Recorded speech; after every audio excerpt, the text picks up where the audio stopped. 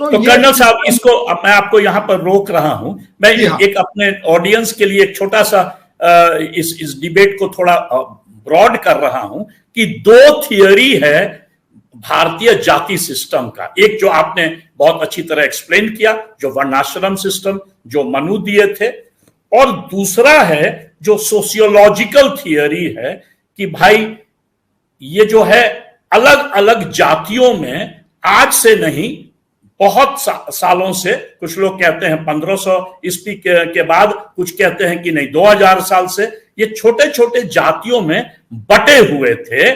और वो जो है इतना डाइवर्स देश है कि हर राज्य में अलग अलग है। जैसे कि क्षत्रिय ले लीजिए, क्षत्रिय जो आपने कहा, तो क्षत्रिय गुजरात में जो है, या पटेल पाटीदार जो है गुजरात में, वो कहते हैं अपने आप को कि हमको ओबीसी का कैटेगरी दीजिए। आप वैश्य को ले लीजिए, वैश्य जो है वो यूपी में अपर कास्ट है, बिहार में जो है वो लोअर कास्ट है, ओबीसी है। तो मतलब ये बेसिकली मैं कहना चाह रहा हूं, और इस पर काफी पूरा जो सोशियोलॉजी का जो विषय है, सब्जेक्ट है, इस पर काफी स्टडी होता है। इसमें एक से एक थियरी दिया गया है, उसमें भी डिबेट है कि भाई किस बेसिस पर। कुछ लोगों का कहना है कि जैसे कुर्मी फॉर एग्जांपल, ये एक ट्राइबल कास्ट है। कुर्म जो है टॉटेस होता है, तो जब ट्राइब इंटीग्रेट हुए हिंदुइज्म के साथ तो कुर्मी एक कास्ट बन गया। तो इस पर भी एक बहुत बड़ा डिबेट है सोशियोलॉजिकल। बट सबसे मजेदार बात मैं इंट्रोड्यूस करना चाहता हूं कि जब मॉडर्न इंडिया का उत्पत्ति हुआ, और उसको आदमी चाहे तो कहीं से भी उसको ओरिजिनेट कर सकता है, उस पर भी डिबेट कर सकते हैं। पर यदि माना जाए कि जब इंडिया इंडिपेंडेंट हुआ 1947, तो एक मॉडर्न नेशन बना, एक मॉडर्न रिपब्लिक बना, इसमें संविधान बना। और उसमें सबसे मजेदार बात यह है कि जो सबसे बड़े इंटेलेक्चुअल थे वो शेड्यूल कास्ट के थे, बाबा साहेब अम्बेडकर। वही बन गए, एक तरह से हम कह सकते हैं फादर ऑफ द, वही ब्राह्मण बन गए थे। हाँ, ब्राह्मण का काम लिखना है, विचारधारा देना है, तो अम्बेडकर जी ब्राह्मण बन के ही एक संविधान का रचना कर दिया। उस मनु के लैंग्वेज में, उस भाषा में ये बात कह सकते हैं कि सबसे काबिल व्यक्ति थे। कोलंबिया यूनिवर्सिटी में जाके लॉ पढ़े थे, और भी बाकी जगह भी घूमे थे दुनिया में। तो जब लौटे तो उनको ये काम दिया गया, और जबकि वो जवाहरलाल नेहरू से उनका मतभेद था, फिर भी फर्स्ट लॉ मिनिस्टर नेहरू उन्हीं को बनाए थे। और काफी दिन तक चले। जब वो फाइनली उनका डिफरेंसेस हुआ कांग्रेस पार्टी से, तो वो रिजाइन किए, फिर बुद्धिस्ट बन गए हिंदू से, और उस पर फिर कभी और चर्चा करेंगे। बट मैं ये कहना चाह रहा हूं, मतलब सवाल ये है कि ये इसको दोबारा ले आते हैं प्रेजेंट में, क्योंकि टाइम निकलते जा रहा है। तो अब जो है, जब ये एक तरह से आर्टिकल 15 में एक मतलब एजुकेशनल एंड सोशल बैकवर्डनेस के लिए जगह है, पूरे देश में जो है रिजर्वेशन बहुत बड़ा इशू है। सुप्रीम कोर्ट ने एक बार एक डायरेक्टिव दिया कि 50% से ज्यादा आप रिजर्वेशन नहीं दे सकते हैं। हालांकि तमिलनाडु जो गवर्नमेंट है, तमिलनाडु में, क्योंकि वहां पर बहुत दिन तक सोशल जस्टिस मूवमेंट चला और डीएमके का सरकार रहा, वहां 69% रिजर्वेशन आज भी दिया जाता है। और उसको जो है संविधान के 8th शेड्यूल से उसको एक तरह से उन्होंने इंटरप्रेट करके रखा। तो अभी जो डिबेट है, जो जयराम रमेश कल प्रेस कॉन्फ्रेंस में बोले कि अभी जो नया डिबेट है कि क्या भाजपा सरकार रिजर्वेशन को दोबारा यदि पावर में आई तो रिजर्वेशन को 50% से आगे बढ़ाएगी, तमिलनाडु के तरह 69% की तरफ ले जाएगी, 69 ना हो 60% हो, क्या अलाउ करेगी? क्योंकि हम यदि पावर में आए, कांग्रेस यदि पावर में आए, तो हम रिजर्वेशन को तमिलनाडु के मॉडल से पहले तो सर्वे कराएंगे और उसके बाद हम पॉलिसी बनाएंगे जिससे रिजर्वेशन का कैप बढ़ाया जाए। तो अब डिबेट वहां चला गया है। तो आप इस पर क्या, आपका क्या कहना है कि ये जो है रिजर्वेशन या कास्ट सर्वे या मंडल क्या हिंदुत्व राजनीति को सनातन धर्म से जो इंस्पिरेशन लेते हैं, मोदी लेते हैं, भाजपा लेती है, क्या वो उसको चैलेंज कर पाएगी इस चुनाव में इफेक्टिवली? कर्नल साहब लगता है कि डिबेट से थोड़ा बाहर निकल गए हैं, तो जब तक कर्नल साहब आएंगे तब तक मैं इस डिबेट को आगे बढ़ा रहा हूं।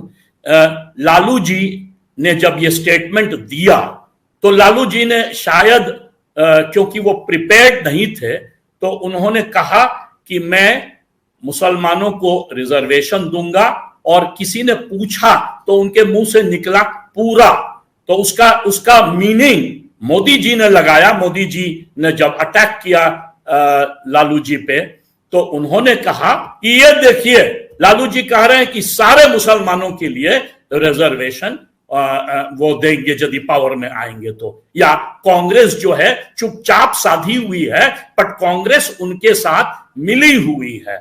तो उसके बाद आरजेडी और लालू जी से एक क्लैरिफिकेशन आया कि लालू जी से जो सवाल कर रहे थे, इतने सारे प्रेस वाले उनको घेरे हुए थे, तो वो समझ नहीं पाए। उनके दिमाग में यही था कि मुसलमानों का जो रिजर्वेशन होगा वो बेसिकली होगा एजुकेशनल एंड सोशल बेसिस पर।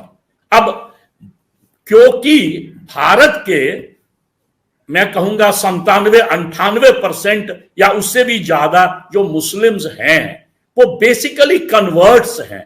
हिंदुस्तान के जो मुस्लिम हैं वो अरब वर्ल्ड या मान लीजिए ईरान, पर्शियन वर्ल्ड से बिल्कुल अलग हैं। ये सारे जो हैं भारत में ही उनका कन्वर्जन हुआ, जैसे कि बुद्धिज्म में कन्वर्जन हुआ, क्रिश्चियनिटी में कन्वर्जन हुआ, और भी अलग अलग कम्युनिटीज में, सिख्स में कन्वर्जन हुआ, पंजाब और इस इलाके में डिफरेंट इश्यूज पे। और ज्यादातर जो कन्वर्ट्स थे वो थे शेड्यूल कास्ट, जैसे हम लोग कहते हैं सिख्स में रमगढ़िया सिख, तो वो काफी जो है वो शेड्यूल कास्ट से कन्वर्ट किए थे, और कुछ जो है वो एक तरह से कहिएगा ओबीसी से कन्वर्ट किए थे। तो ये जो कन्वर्जन हुआ, तो ज्यादातर जो है उनके अंदर एक बना हुआ कास्ट सिस्टम है। मुसलमानों के बीच एक ब्रॉड कैटेगरी है अशरफ वर्सेस अजलफ। अशरफ हो गया जो पठान थे या शेख्स थे, वो जो कन्वर्ट किए, या ब्राह्मणों और क्षत्रियों से जो कन्वर्ट किए उनको अशरफ कहते हैं। और जो अजलफ है वो जो ब्रॉड कैटेगरी है जिसको हम कहते हैं वैश्य या शूद्र या अति शूद्र या schedule caste and schedule tribe या दलित आजकल के मॉडर्न लैंग्वेज में, तो उनके बीच में भी, और ज्यादातर जो मुस्लिम्स हैं वो अजलफ हैं। कुछ एग्जाम्पल दूं, जैसे कि बिहार और यूपी में कहते हैं अंसारीज, जुलाहा, कबीर उनके सबसे बड़े सिंबॉलिक इंटेलेक्चुअल लीडर थे कबीर। तो कबीर दास के बारे में मैं बात कर रहा हूं, जो extraordinary poet and genius visionary थे।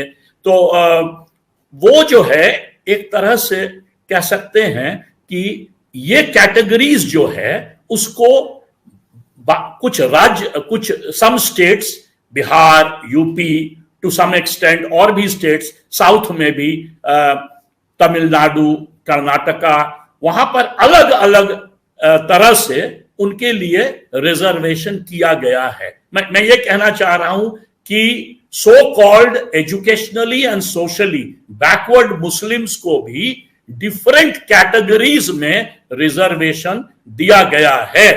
कर्नल साहब वापस आ गए, तो दोबारा फिर मैं डिबेट को वापस ले जा रहा हूं। कर्नल साहब, मैं अपने ऑडियंस को बता रहा था जब आप एब्सेंट थे कि कुछ जो स्टेट गवर्नमेंट, मैंने पहले बताया कि मुसलमान जो है वो 97-98% तो कन्वर्ट्स है हिंदू से, है ना, और उनके बीच में एक कास्ट सिस्टम है अशरफ वर्सेस अजलफ। अजलफ में मैंने एग्जांपल दिया कि अंसारीज और जो जुलाहा वगैरह होते हैं, पसमंदा मुसलमान। तो कुछ डिफरेंट कैटेगरीज में मुस्लिम्स को भी बाकी कुछ स्टेट गवर्नमेंट्स, बिहार और यूपी में पर्टिकुलरली, साउथ में भी, तमिलनाडु, कर्नाटक में, उनको रिजर्वेशन मिल जाता है। पसमंदा मुसलमान को नीतीश जी ने दिलवा दिया था। तो उससे क्या हुआ कि काफी वोट जो है मुसलमानों का जो पहले राजद की तरफ जाता था, कांग्रेस की तरफ, वो नीतीश जी की तरफ जाने लगा। उसी तरह से और भी भारत में डिफरेंट स्टेट गवर्नमेंट्स ने किया है। तो वापस फिर से लाते हैं डिबेट को कि क्या रिजर्वेशन को 50% जो सुप्रीम कोर्ट ने कैप किया उसके ऊपर लाना चाहिए कि नहीं। बीजेपी सरकार यदि पावर में आएगी तो लाएगी या नहीं, यदि मान लीजिए इंडिया गठबंधन पावर में आई तो लाएगी या नहीं। ये सवाल आपसे पूछ रहा हूं कर्नल साहब। देखिए, रिजर्वेशन को खत्म करना बड़ा मुश्किल है। गन्ने की कड़ी बुनियाद, जिसे मराठी में खुडक्या और कुछ उत्तर भारत के क्षेत्रों में खुटकी भी कहा जाता है, उसे केवल भोलानाथ का 2-in-1 बैटरी ऑपरेटेड हार्वेस्टर कम ब्रश कटर आसानी से और बिना रुकावट के काट सकता है।